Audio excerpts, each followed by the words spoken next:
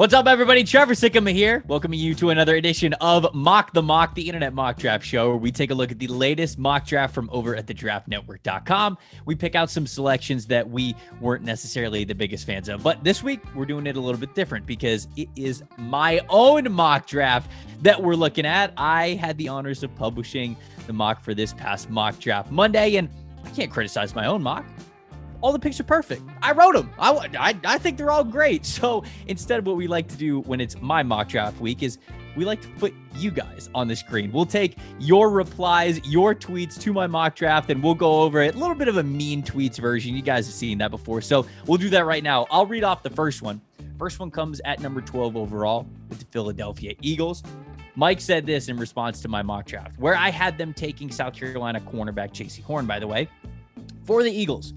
Horn would immediately be their CB1.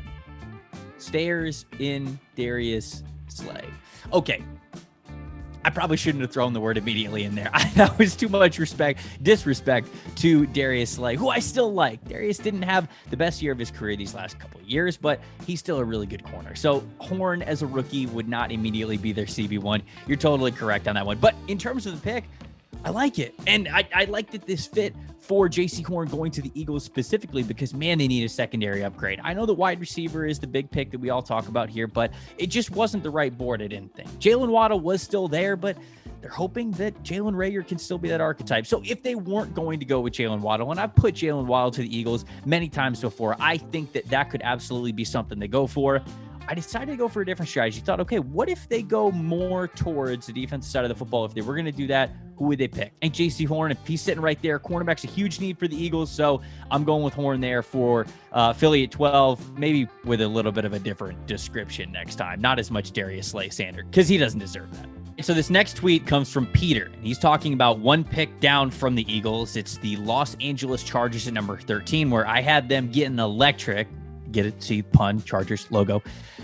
With Jalen Waddle, the wide receiver. I didn't have Waddle going 12 to the Eagles, but I had him going to the Chargers because I love the idea of that, right? Jalen Waddle, Mike Williams, Keenan Allen, all in the same wide receiver room. That's incredible. That makes the offense nearly unstoppable. But Peter had this to say about that one. He said, your analysis of the Chicago pick applies to your selection for the Chargers. They're not taking wide receiver in the first round. And so if we go to pick 20, I basically said that I've seen some mock drafts with the Bears taking a wide receiver, and I just don't get it at all. They have to upgrade offensive line, but I think we're a little bit different here, where the Chargers could totally go offensive line. They totally could go left tackle here, and I don't think that that would be out of the blue or even the wrong pick at all whatsoever. Heck, it might even be the best pick, but it's not the same situation as it is with the Chicago Bears because this offseason, the Chargers have gone out and they've got Corey Linsley, Matt Filer. I mean, like they've added plenty to that offensive line where really the only situations on the O-line that are up in the air, it's, you know, maybe you want to make an excuse for one of the guards, but it's basically just left tackle. So if they want to go left tackle here, you can.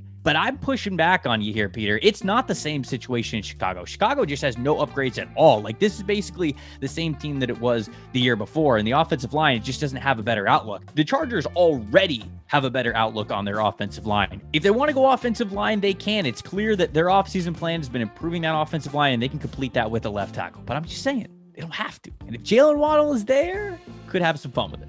We got to end this one talking about the pick that was most criticized from this mock draft, and that was the Cleveland Browns selecting Miami edge rusher Jaelan Phillips. Now, it's not them selecting Phillips at number 26. It's instead them taking Phillips at number 16. So I have them trading up 10 spots to go get Phillips. And Bradley had the tweet here that we're going to point out. Many Browns fans were not happy with this one, but we're just picking out Bradley's. He said, did you hear that the Browns are meeting with Clowney again?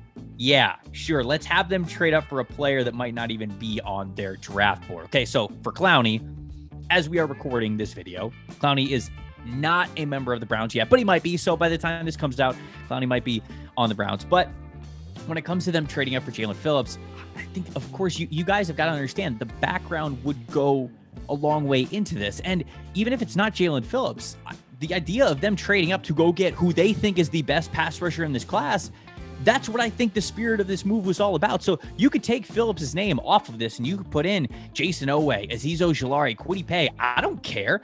the whole point was that the Browns are in a winning window for the first time in a long time. And another edge rusher opposite Myles Garrett is one of the few holes that this Browns team has left. And so you go and get an impact player. You are on the cusp of really competing here. I'm talking deep playoff runs. And so they've got to believe that their rosters at this point. And so even if it's not Phillips, of course, like if you do the background and you're okay with the concussion history and all that stuff, go up and get what I think is the most talented pass rusher in the class. But if you don't love Phillips, like you said, like if he's off their draft board, get somebody else. That was the whole point of the pick here. And I kind of wanted Browns fans to have that as the takeaway, but they were focused on Phillips and not really wanting Phillips because of the risk, which I get. I guess that's just what I get as the mock draft writer. But all that to say, Cleveland, be aggressive, go up and get a pass rusher. That's what I wanted here. All right, that's all the mean tweets that I'm reading for this mock draft that I wrote here. I've got more rounds coming out as we go throughout the week, rounds 2 and 3. And also, Favorite Fits is going to come out where we also highlight your tweets of picks that you loved from my latest mock draft 5.0, which you can see over at thedraftnetwork.com.